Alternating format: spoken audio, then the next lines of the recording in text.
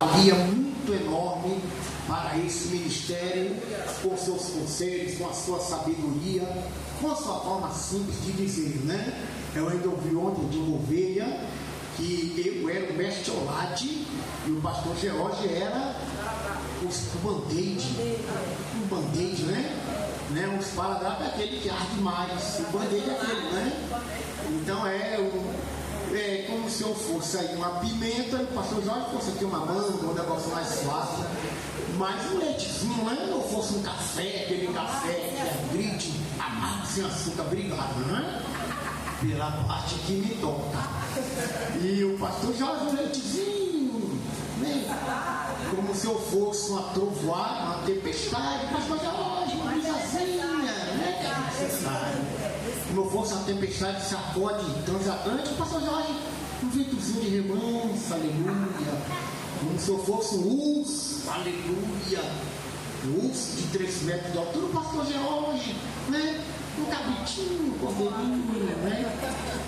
Mas fizeram essa colocação, eu achei interessante. São os contraditórios, então louvo a Deus pela vida do pastor Jorge, que muito nos ajudou aqui. E se nós não nos vermos por aqui, pastor Jorge, nós vamos nos ver na eternidade. Mas fato é que nós estamos ligados um ao outro, os nossos ministérios já estavam ligados antes de tudo. Estamos ligados por profecia, por aliança. Deus tinha abençoado. Quero também agradecer a Deus pela vida dos irmãos que fizeram ontem. Que homenagem linda fizeram ontem para os pastores dessa igreja. Eu fui pego de súbito e fiquei muito maravilhado com os irmãos que ali estiveram, né? Foi uma festa muito linda. Eu saí dali muito alegre. Dos dias que foi comemorado o dia do pastor, o dia de ontem foi o mais especial que eu vou botar na minha agenda. Eu fiquei muito maravilhado com o que vocês fizeram ali ontem. Que Deus continue abençoando os irmãos, a missionária Solange, né, que foi aí a ideia de tudo, e as irmãs que também ajudaram.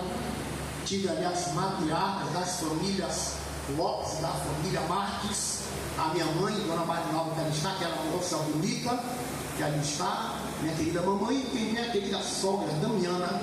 Foi muito bonito ontem. Eu estou grato a Deus pela vida das ovelhas dessa igreja. Amém, queridos irmãos? Com Deus, eu acredito que Deus continuará falando conosco. Porque no culto você precisa sentir Deus de alguma maneira. Eu sei que alguém já deve ter chorado por aí, alguém já deve ter sentido Deus nos louvores, né? Se quebrantado. Agora nós precisamos já ouvir os amores. Muito importante, né? Contar os nossos dias, né? Fazer uma introspectiva de nós mesmos. Algo outra data muito importante para o povo judeu.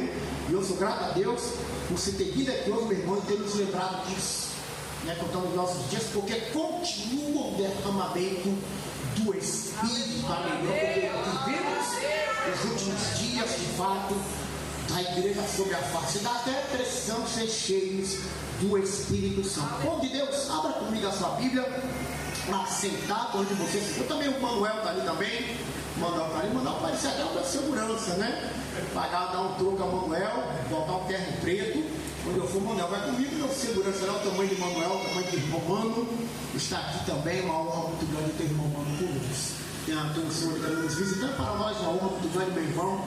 Povo de Deus assentado onde você se encontra, abra comigo a sua Bíblia no Evangelho do Senhor Jesus Cristo, o qual vai escrever a Mateus capítulo de número 16, verso de número 13 em diante.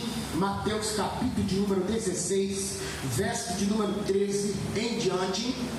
Eu creio que Deus continuará falando conosco aqui nessa noite para a honra e para a glória do seu santo nome.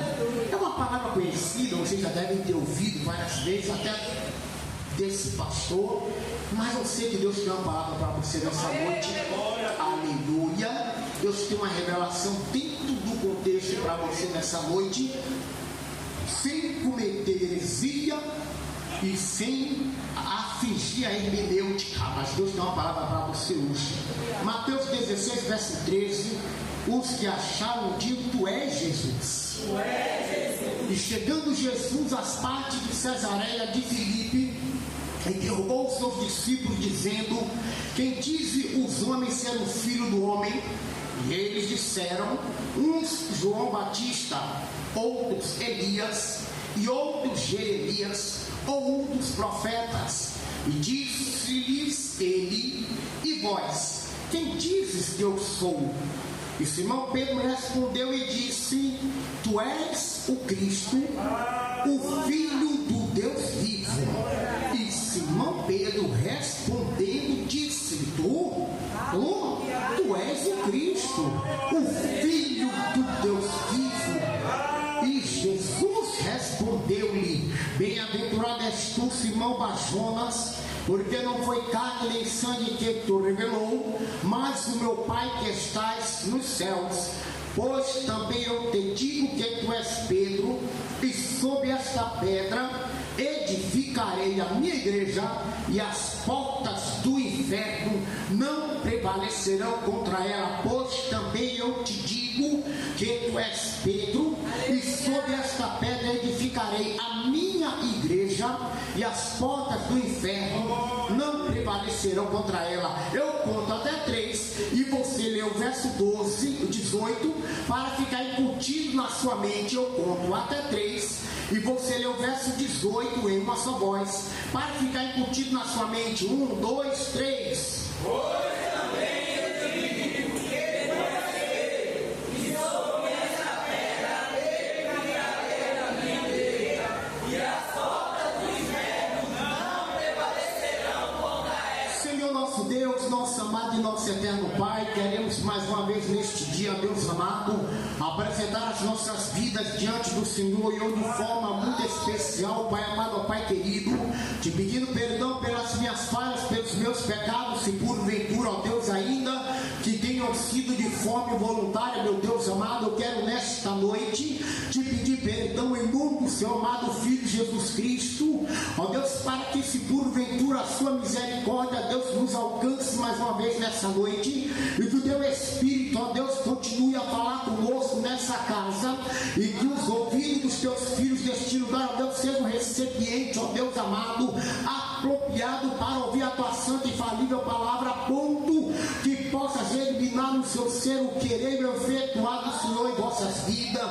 Que caia por terra neste momento todo espírito de frieza do roubador de palavra, ó Deus, mais uma vez é o endereço dessa igreja, e não encontra endereço em igreja nenhuma aqui nesse bairro, nem nesse estado, nem nesse país, nem nesse continente, nem nesse mundo. Que ele retorne para as profundezas de onde ele veio, e sendo fracassado, sem ter roubado a palavra e pregação alguma nessa noite, continua falando conosco pelo seu Santo Espírito, e que somente o nome do Senhor Jesus Cristo permaneça exaltado e glorificado nessa noite. Aqueles que concordam e acreditam assim, digam amém. Amém. Querida, amada igreja do Senhor Jesus Cristo, quando nós nessa noite abrimos a Bíblia Sagrada no Evangelho de Mateus, sendo ele o 40º livro da Bíblia, com seus 28 capítulos, 1071 versículos, o livro de Mateus, queridos amados irmãos,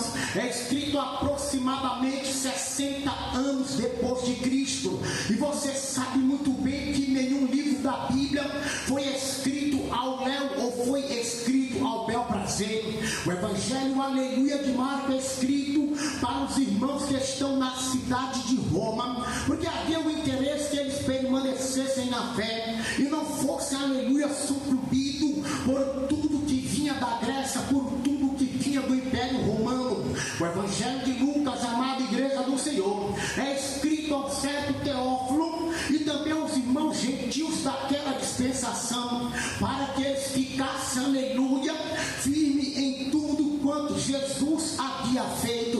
O Evangelho de João é um evangelho canonizado, escrito especialmente aos irmãos da Ásia Menor, mas que também alcançou todos os servos de Deus na face da terra. O Evangelho de Mateus, ele se diferencia porque ele é escrito, aleluia, para os judeus novos conversos. Eram aqueles que haviam aceitado Jesus Cristo mas estavam sendo bombardeados por tudo quanto vinha da lei, e eles viviam agora no período da graça, eles viviam agora pelo período da graça que existia em Cristo Jesus. Por isso Mateus, aleluia, que era também conhecido por Levi, que era também cobrador de impostos, por isso que ele teve, aleluia, necessidade de escrever para esses novos conversos, para que eles não retrocedessem, para que eles não voltassem e deixassem de viver pelo período da graça.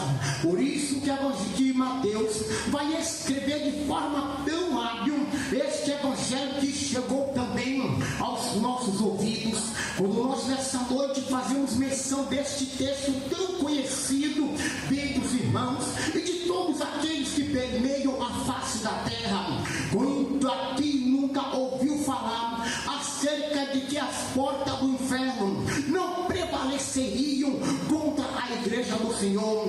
Quem foi aqui que nunca disse que o inferno não prevaleceria? Quem foi aqui que nunca ouviu um horror que falava acerca deste embate, deste confronto? Quando nós ouvimos a expressão as portas, nós precisamos nos reportar aos tempos antigos, quando a Bíblia Sagrada, no livro de Juízes, capítulo de número 16, a Bíblia Sagrada narrando a história de Sansão e Dalila. A Bíblia diz que estava Sansão, aleluia, em uma cidade, e chegando na cidade de Gaza, quando ali ele chegou, os homens daquela cidade haviam armado armadilha para Sansão, esperando pegá-lo pela manhã, porque Sansão havia visto uma prostituta e quis, aleluia, seu coração desejo de deitar-se com ela. Observe que Sansão adentra na cidade, e os homens daquela cidade armaram uma trincheira, me permita, armaram uma tocaia para pegar Sansão. Mas quando foi a meia-noite, amada igreja do Senhor, a cidade tinha uns portões muito fortes, eram portões colossais, aleluia, que mantinham, aleluia, o poderio daquela cidade contra nações invasoras.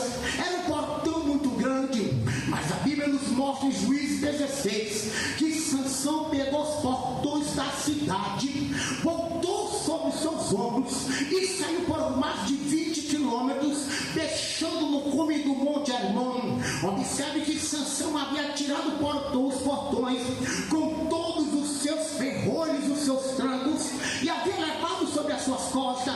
O que se entende ali é que a cidade passou a não ter mais proteção, porque os portões que a garantiam haviam sido levados por Sansão. As portas, aleluia, das cidades eram o limite que se tinha no campo de batalha, era o que dava força de uma nação contra a outra. Por isso que Jericó, com as suas montanhas e com seus muros intransponíveis, também tinha os seus portões, aleluia, muito altos, como também os portões da Babilônia, portões colossais, que era necessário para mexer o ferrolho mais de 6 homens, e muito mais de 6 homens para movimentar aquele portão. Os portões eram isso, era o símbolo de resistência. Os portões eram limite, os portões também personificavam uma prisão, algo a ser derrubado para quem queria vencer, para aquele que desejara conquistar. Observe que escrito está que as portas do inferno não prevaleceriam contra a igreja do Senhor. Mas necessário, amado e queridos irmãos, nós adentramos no contexto dessa passagem tão conhecida. Jesus está chegando na cidade de Cesareia de Filipe. A cidade de Cesareia de Filipe, ela ficava 51 quilômetros ao norte de Jope. A cidade de Cesareia de Filipe era uma das grandes cidades do mundo antigo, era o centro, aleluia, do grande comércio. Era uma cidade que todos que desejavam comerciar bem para essa cidade se dirigiam. Herodes haviam feito essa cidade erigido e decretado ela a César Augusto, dado a ela o nome de César Augusto, por isso conhecida como a cidade de Cesareia de Filipe. A cidade de Cesareia de Filipe, amados irmãos, que ficava nas imediações do Mar Mediterrâneo. Era uma cidade, aleluia, que ela precipitava em Panternon. Ela precipitava, aleluia, nesse Panternon, queridos amados irmãos, de onde tinha uma fonte, aleluia, de água que descia para a cidade. Essa fonte de água, ela ia parar dentro de uma fonte que era conhecido como a fonte do Deus Pan. Essa água da fonte que descia parava justamente em uma gruta. Se você pegar os livros de arqueologia ou até uma bíblia de arqueologia, você vai conseguir identificar onde era essa fonte, onde era essa gruta, onde era este buraco na rocha. Este lugar aqui, amados e queridos, foram onde os homens, os gregos, fizeram um templo ao Deus Pan, um templo a um Deus pagão. O Deus Pan, amados e queridos irmãos em Cristo, era uma criatura animalesca. Você sabe muito bem que Pan, ele tinha, aleluia, na sua forma física, da cintura para cima, Pan era o homem, dotado, aleluia, de 2 chifres, e da cintura para baixo, Pan não passava de um bode. Observando que dentro da tradição grega, Pan vinha de uma relação sexual entre Zeus e uma cabra, conhecido como zoofilismo, relação sexual de humano com um animal. Era essa a aparência de Pan. Segundo a tradição, Pan ficava com a sua flauta nos bosques, cantando, aleluia, melodias, e dessa forma atraía para o fundo, ou para o centro, ou para o âmago da floresta as donzelas que por ali passavam. Observe que a expressão terror, ela em grego significa ico. A expressão terror em grego é ico. Observe que a junção da expressão ico com o nome Pan vai dar o nome pânico. Pânico significa terror extremo, terror fora do normal. Assim ficava Pan nas florestas, assim ficava Pan com a sua flauta, assim ficava Pan cantando e levando, aleluia, as donzelas. Alguns historiadores chegam a dizer que também sacrifícios humanos eram oferecidos a Pan. Pan era conhecido como Deus das florestas, Pan era conhecido, reverenciado como Deus dos pastores, como Deus dos rebanhos. Pan era uma reverência muito grande. Por isso que a cidade de Cesareia de Filipe era uma cidade que para alguns chegam até dizer que era o quartel-general de Satanás. A cidade de Cesareia de Filipe era uma cidade que os judeus não queriam ir para lá, porque os judeus não queriam se envolver em um lugar onde existia sacrifício humano.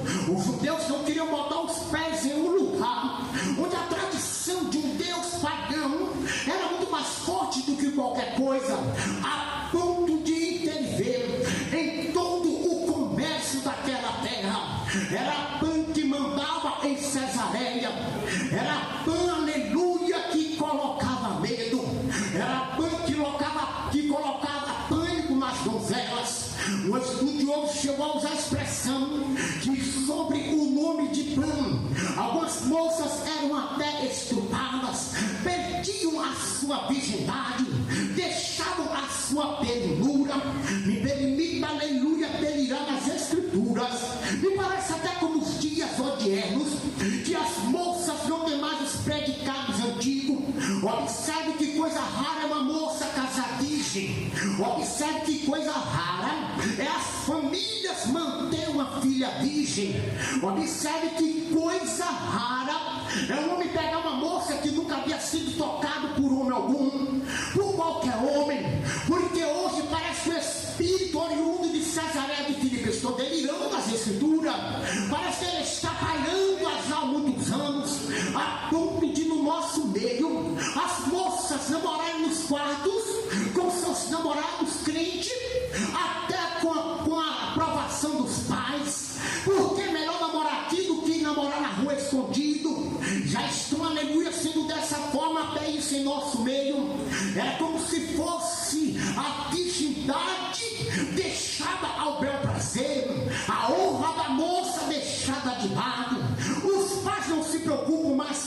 isso. Parece, aleluia, que o espírito maligno de Pan parece que Pan, me permita aí um pouco mais, isso é coisa minha, não é teologia. Parece que Pan está com a sua fralda nas ruas da cidade, levando donzelas após si, para perder aquilo que lhe é de mais valor. Mas nessa noite, amados e queridos irmãos, o Espírito Santo de Deus, eu tenho convicção que Ele continuará falando conosco aqui. Assim era a cidade de Cesareia de Filipe, uma cidade que as pessoas tinham medo de ali colocar o pé, uma cidade onde Satanás governava, uma cidade onde Satanás mandava. Observe o texto, verso 13: e chegando Jesus às partes de Cesareia de Filipe, interrogou os seus discípulos, dizendo: que dizem os homens ser o Filho do Homem? Jesus estava perguntando, aleluia, aos seus discípulos quem de fato Ele era para eles. Mas Jesus queria saber também o que eles ouviam falar de Jesus. Jesus era uma pessoa agora pública. Jesus, aleluia, saía lá de Belém. Jesus agora já percorria aquelas cercanias, falando, aleluia, do amor de um Deus Todo-Poderoso. Jesus já passara fazendo os seus milagres. Jesus era uma pessoa que era falado de boca em boca. E as pessoas disseram assim: alguns dizem que ele é João Batista, alguns dizem que ele é Elias, ou alguns até estão dizendo que ele é Jeremias. Por essa expressão aqui, ou a mesmo um dos profetas. O que eles queriam dizer, querida amada igreja do Senhor? Observe, presbítero Luciano Júnior, o que eles estavam dizendo assim, quando eles citaram João Batista, eles estavam citando o homem que pregava somente a verdade, o homem que não brincava, aleluia, de evangelho, ou de aleluia, de ministério. Eles citaram o homem que dizia: arrependei-vos, raça de víbora, porque é chegado o reino do céu. Era esse João Batista que incomodava os homens da época. Por isso eles disseram, alguns dizem que ele é João Batista, quando eles disseram, dizem eles que eles algum, ou até Elias. Elias, quando chegou para Acabe disse para Elias: porventura és tu o perturbador de Israel? Dizendo que Elias era o perturbador. Elias foi um dos maiores profetas da Bíblia. Elias foi um homem diferenciado, a ponto de, segundo a Bíblia Sagrada, está vivo até os dias de hoje, porque Elias foi arrebatado em um redemoinho, ficou a carruagem de fogo, foi levado um redemoinho ao céu. Elias era um profeta que combatia contra o pecado. Elias fez o seu nome em evidência em toda a terra, mostrando o seu amor para com o Deus vivo. Por isso que disseram, ele pode ser até mesmo Elias, quando alguns disseram, aleluia, ou Jeremias, amados e queridos irmãos. A Bíblia Sagrada, em Lamentação de Jeremias, vai nos mostrar que Jeremias chorava a ponto dos seus olhos dilatarem lágrimas. Jeremias é conhecido como profeta chorão, porque não houve em toda a história judaica um profeta que carregasse um peso maior do que o profeta Jeremias. Dona de tempo da Bíblia Pentecostal de estudo, ele chega a dizer sobre um atraso que existia, que Jeremias pregava para um povo que não queria ouvir a sua mensagem. A mensagem de Jeremias é: arrependei-vos, que o juízo vem. Arrependei-vos, aleluia, que o juízo vem do norte. Arrependei-vos. Mas ninguém queria ouvir Jeremias, ninguém queria conversa com o profeta que confrontava com o pecado. E Jesus já estava permeando sobre a face da terra. Ele pode ser um desses João Batista, ele pode ser um desses Elias, ou pode ser até um Jeremias, ou quem sabe um dos profetas. Por isso que Hebreus capítulo 1 nos diz assim, aleluia, verso 1, verso 2 está inserido na Bíblia. Havia Deus antigamente falado de diversas formas e de diversas maneiras aos nossos pais pelos profetas. Era Deus que enviava os profetas. Eram os profetas, me permita, Diácono Romeu, de lá nas Escrituras. Era e Deus puxasse o seu arco lá no céu e lançasse os profetas, e Deus não erra o alvo. Me permita delirar, aleluia. Os profetas eram enviados, os mensageiros de Deus na terra. Mas interessante que o mesmo a Hebreus diz assim, e a nós nos tem falado nesses últimos dias por Jesus Cristo, seu Filho. Por isso que eles disseram, ou até mesmo um dos profetas, observe que Jesus Cristo, ele agora dava aos discípulos, e vocês o que dizem que eu sou? Quem sou eu para vocês? Será que eu sou Elias? Será que eu sou Jeremias? Será que eu sou João Batista? Ou um dos profetas? Não é uma pergunta retórica. Jesus quer ouvir a resposta de alguém. E vocês 12, para vocês quem sou eu? Digam aí agora, todos calados, aleluia, todos parados, mas me permita aderir um pouco mais, porque está dentro do contexto. Parece que o Espírito da graça desceu em Pedro, e quando o Espírito da graça oriundo daquele que mora acima das estrelas desceu em Pedro, olhando para Yeshua e a Hamashia, disse: tu és o Cristo, o Filho do Deus vivo. Aleluia, sobre Maracai. Observe que meu mestre, o teu mestre, ele está agradando o que ele diz: bem-aventurado és tu, filho de Jonas, porque não foi homem, não foi carne, não foi teologia, não foi rabino, não foi Gamaliel, não foi Dineu que te revelou, mas foi o meu Pai que está no céu. Jesus, aleluia, está dizendo para Pedro sobre essa grande revelação. Quando Jesus diz: pois eu te digo que tu és Pedro. Pedro, uma expressão grega, significa Petros, é pedra pequena, por demais. Pois eu te digo que tu és Pedro, mas sobre esta pedra que Jesus está dizendo aqui, dentro da semântica, é a revelação. Sobre esta pedra que sou eu edificarei, artigo definido, eu edificarei a mim, aleluia, a igreja dele, a igreja não tem placa, a igreja dele, a igreja não é Assembleia de Deus Missão, a igreja não é Madureira, não é Metodista, não é Batista, a igreja, aleluia, Deus amor, a igreja é dele, a minha igreja, aleluia, eu edificarei a minha igreja, e as portas do inferno não prevalecerão contra ela. Querida, amada igreja do Senhor Jesus Cristo, querida, amada igreja de Cristo Jesus, observe nessa noite, observe quando Jesus Cristo está usando a expressão que as portas do inferno não prevaleceria.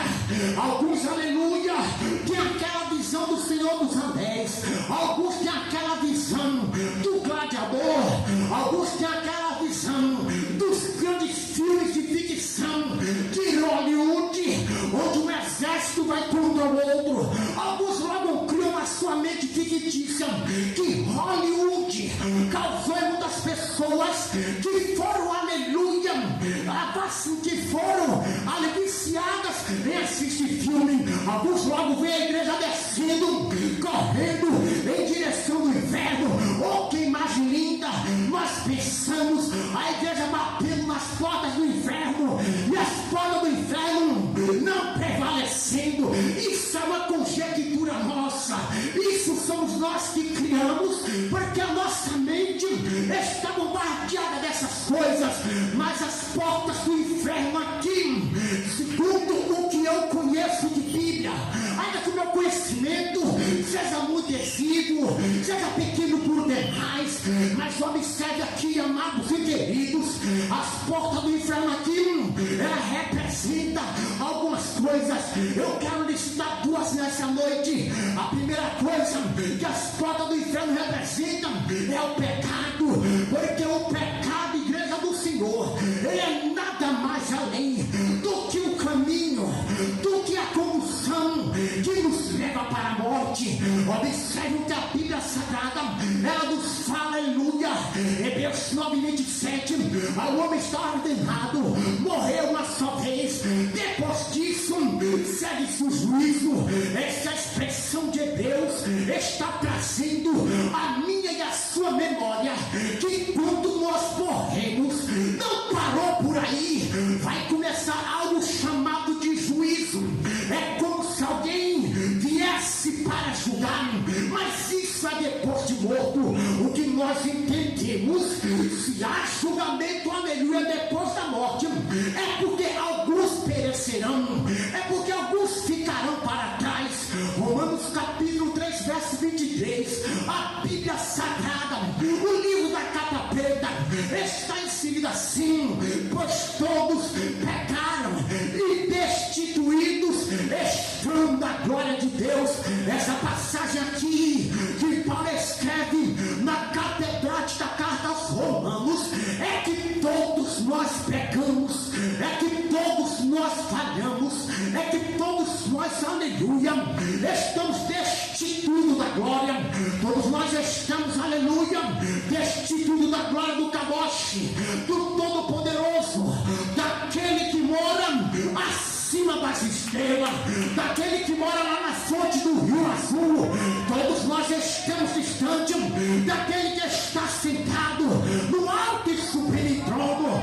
É isso que Romano 3 está dizendo, que todos pecaram e destituídos estão da glória de Deus. Observe aqui, amada igreja do Senhor, isso é o pecado, é uma fonte, é um caminho que leva para o inferno, que leva, aleluia, para um lugar de prisão. Me permita aderir comigo nas escrituras, dentro da própria semântica do texto. Se a portas, aleluia, é uma fortaleza onde os que estão lá dentro não podem sair, e os que estão fora não podem tirá-los de lá. Observe Provérbios, aleluia, 24:11, livros que estão destinados à morte e os que cambaleiam para a matança, Jesus pode livrar. Essa expressão do povertista é que tem uma classe de pessoas em caminho, aleluia, da morte, em caminho das portas do Hades, das portas do inferno.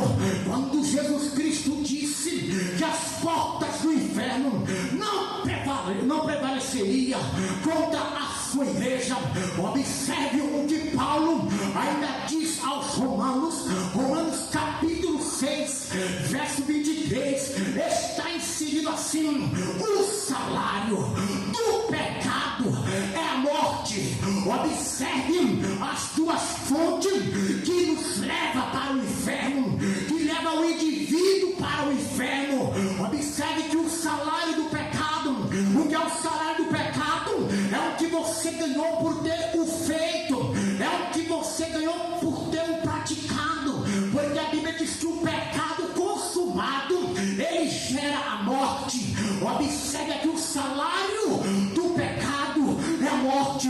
Ou seja, missionária Solange, aquele que peca, aquele que vive uma vida de pecado, ele está entregue, aleluia, ele está entregue à morte, ele está entregue à morte eterna. Aquele que vive uma vida toda voltada para o pecado.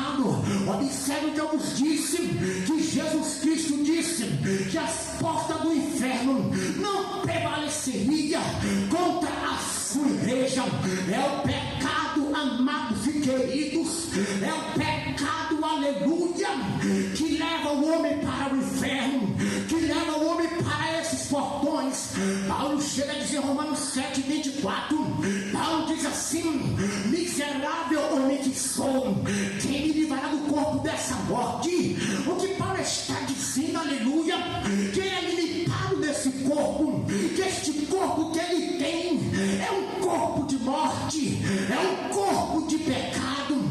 É verdade que falta-me tempo para adentrar no contexto disso dentro da cultura romana. Parece que quem vai me livrar deste corpo miserável. Quando o salmista diz, no Salmo 9, verso 17, olha o que é que o salmista expressa: os ímpios serão lançados no inferno, e todas as gentes que se esqueceram de Deus.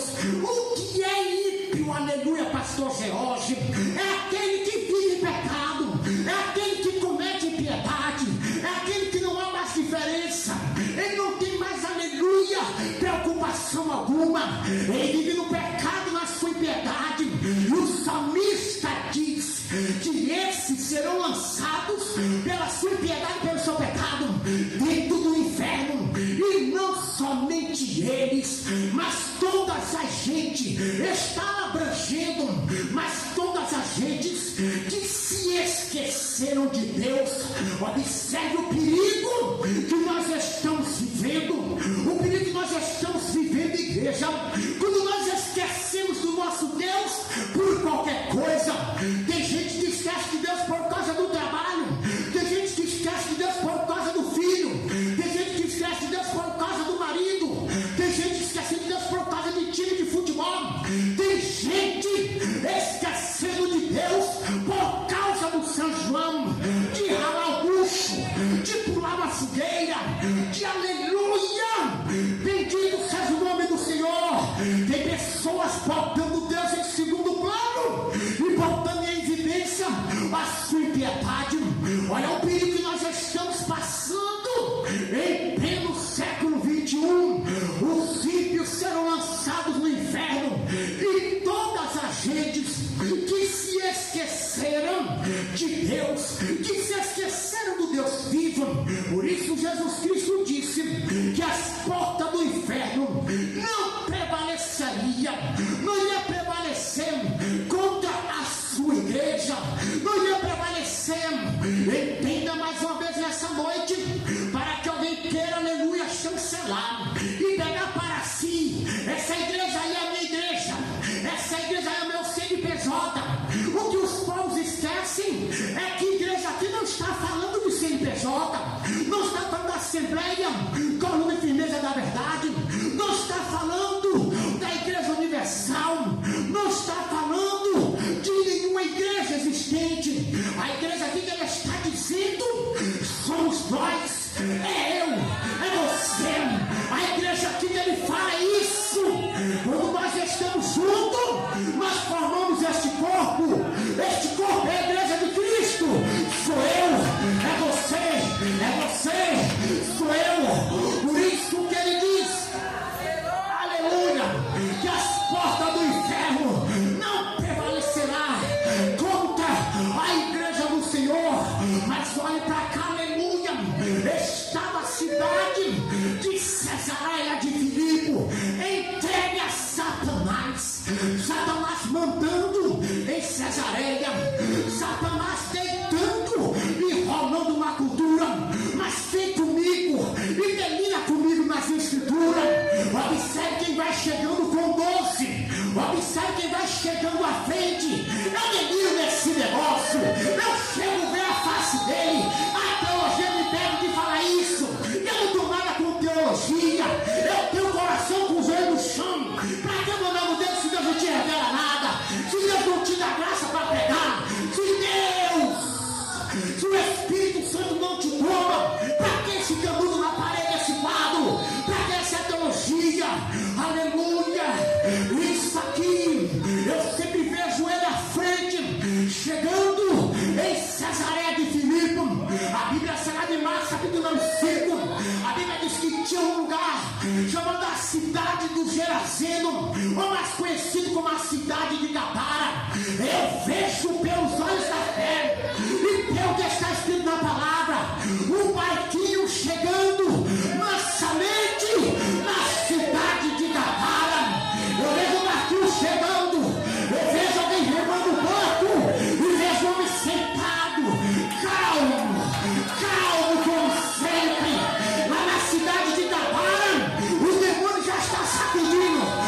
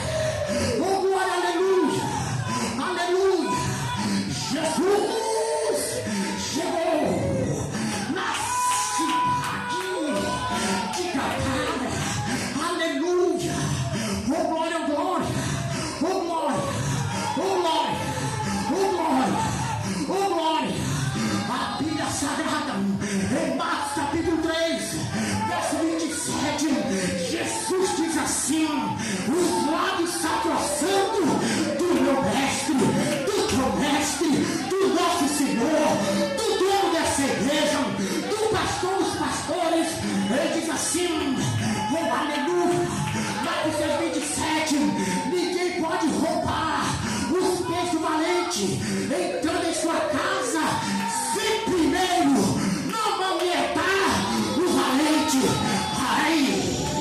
Aleluia, aleluia. Ele está dizendo que o valente tem casa, a casa do valente tem porta, mas ele diz que para entrar lá, tem primeiro que entrar, pegar esse valente e amarrar ele, e manifestar. Jesus chegou em Gabar, aleluia. Deixa eu ver se você está entendendo. Deixa eu ver, eu vejo. Glória a Deus na igreja. Eu vejo, aleluia. Eu vejo o Espírito de Deus visitando nessa noite. Eu vejo alguém sendo renovado. Eu vejo, lá e calabiaçou. Eu vejo o Espírito de Deus. Ele passa aí. Eu e declara. Passando aqui nessa igreja. Eu lá e calabias. Levava sol. Aleluia.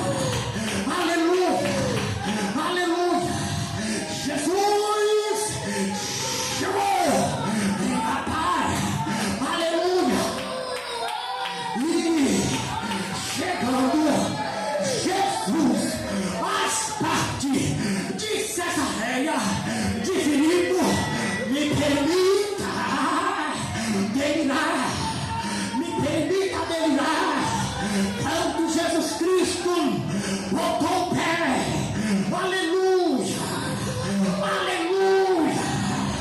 Aleluia. Aleluia. Aleluia. Aleluia.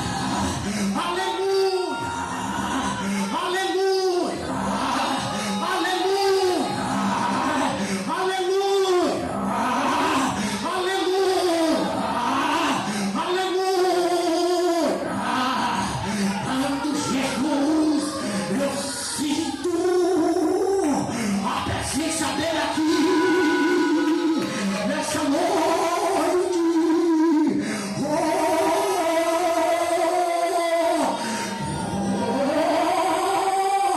Quando Jesus chegou em Cesareia de Filipe, me permita, aleluia, isso é coisa de pastor pentecostal.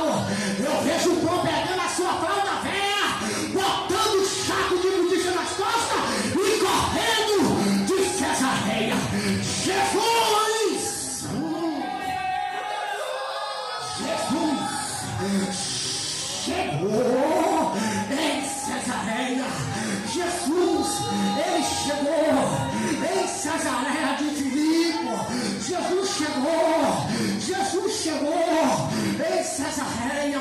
Observe, amados e queridos irmãos, de pessoas missionárias Solange que ainda não conhecem Jesus. Jesus perguntou: e que dizes os homens que eu sou? Me permita delirar as escrituras. É como se ele chegasse aqui nessa noite e perguntasse: quem dizes os homens que eu sou? Quem sou eu para você? Quem sou eu para o Senhor? Quem sou eu para você? É como se você perguntasse: quem sou eu para você? Quem sou eu para você? Eles estavam andando com Jesus, mas tinham medo de responder. É porque muita gente está na igreja, diz que é crente, mas não sabe quem é Jesus. A Bíblia Sagrada, em Marcos capítulo 4, verso 35 ao 41, eles entraram no barco, levaram eles no barco, eles estão no barco,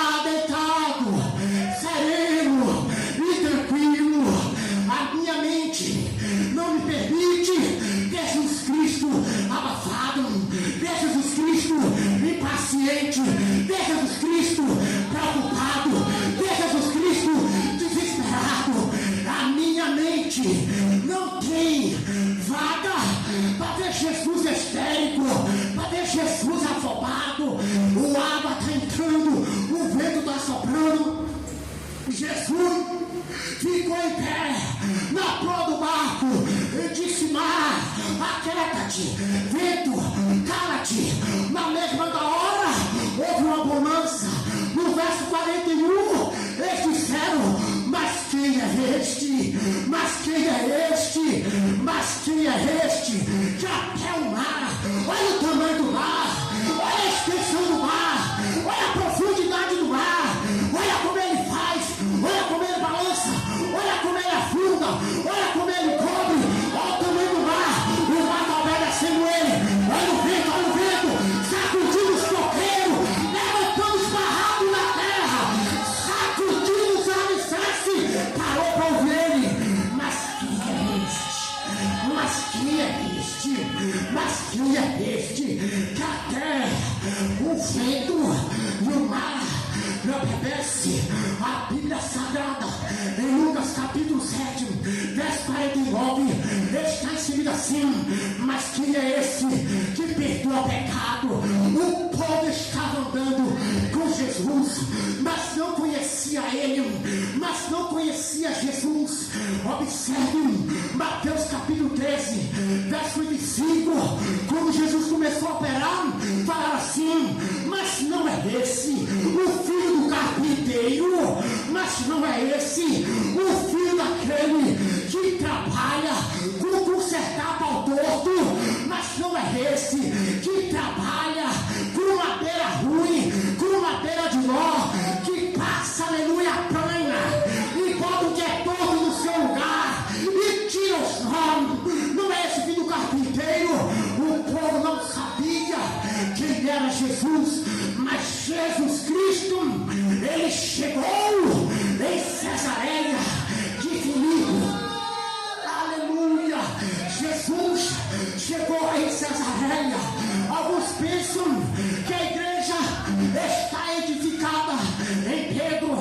Alguns chegam a dizer por aí, a igreja católica, muito especialmente, que a igreja está edificada em Pedro. Conversa para boi dormir.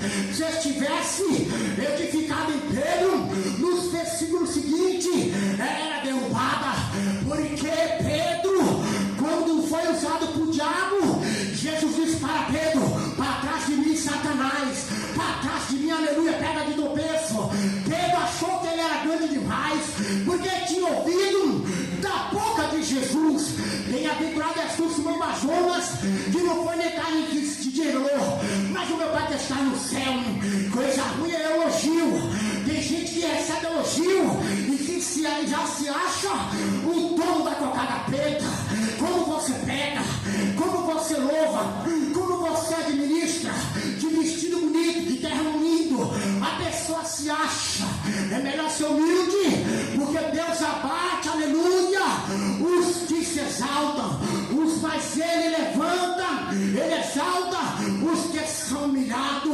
Jesus Cristo chegou na cidade de Gadara. Jesus chegou na cidade de Cesareia de Filipe. Ele disse: a minha igreja será edificada e as portas do inferno não prevalecerá contra ela. Observe o que a Bíblia diz, Efésios capítulo 2, verso número 20, verso 21, edificado sobre o fundamento dos apóstolos e dos profetas, de que Jesus Cristo, a principal pedra de esquina, verso 21, no qual todo o edifício bem ajustado cresce para o tempo santo do Senhor. Olha o que Paulo diz, aleluia, que a igreja está edificada no fundamento dos profetas e dos apóstolos.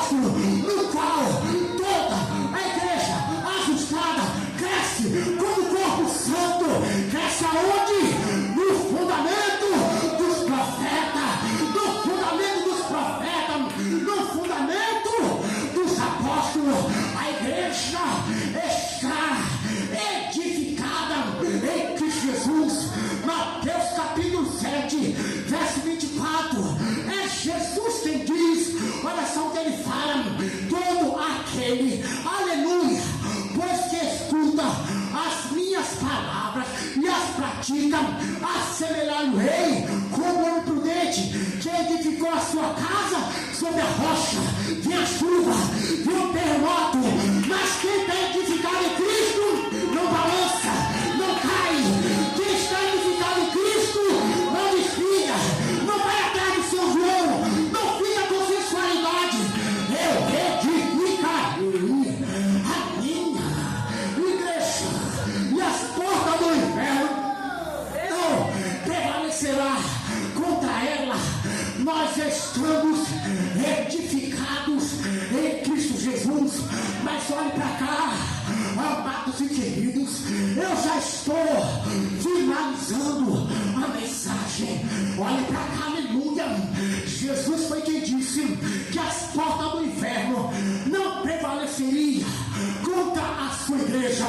O que é prevalecer é ter mais força do que o outro. O que é prevalecer é impedir do outro ir, é impedir do outro sair.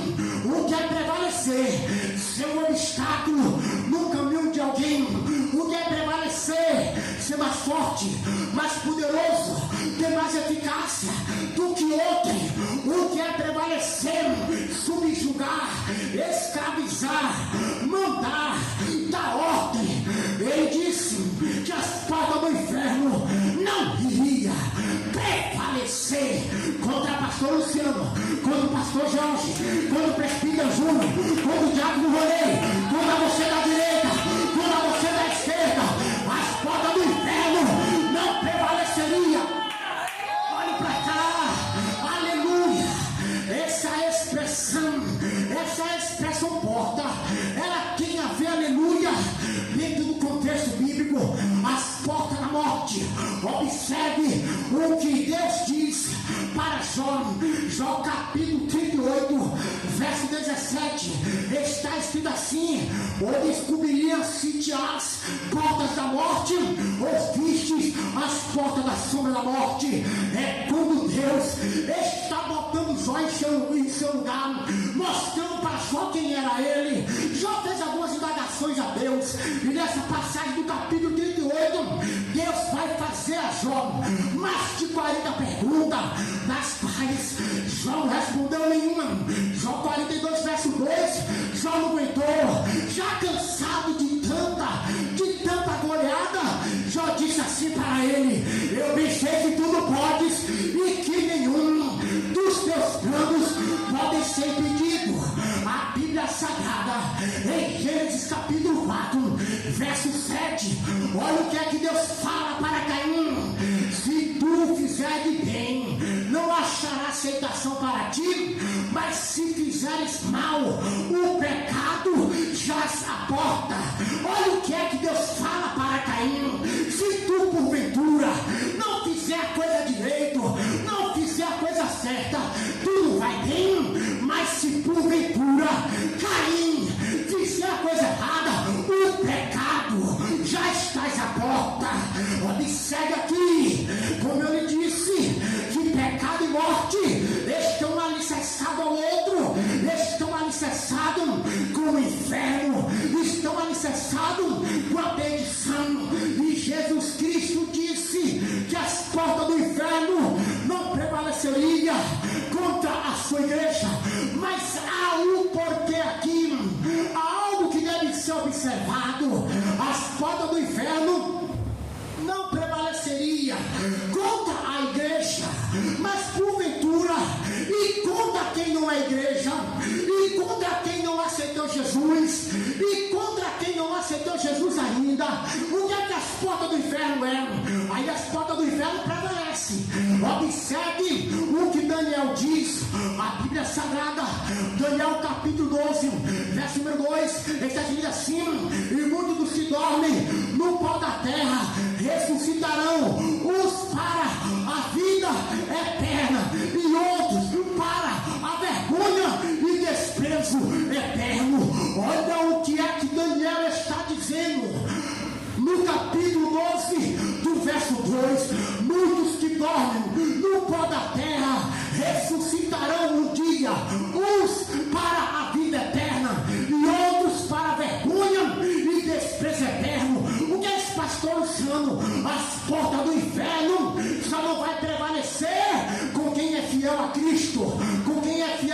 Jesus.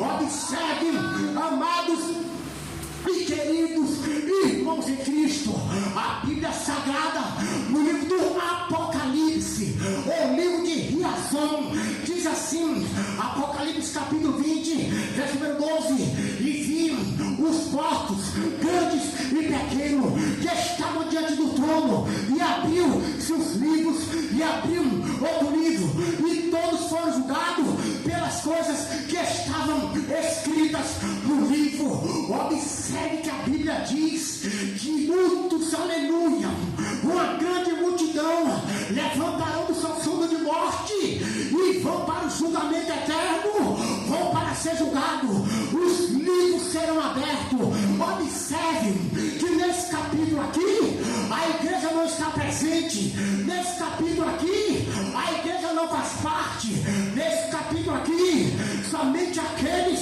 que não aceitaram, olha para cá, que não aceitaram Jesus, que não quiseram Jesus, para esses a porta do inferno vai prevalecer, para esse a porta do inferno vai prevalecer, porque ficarão presos lá para toda a eternidade.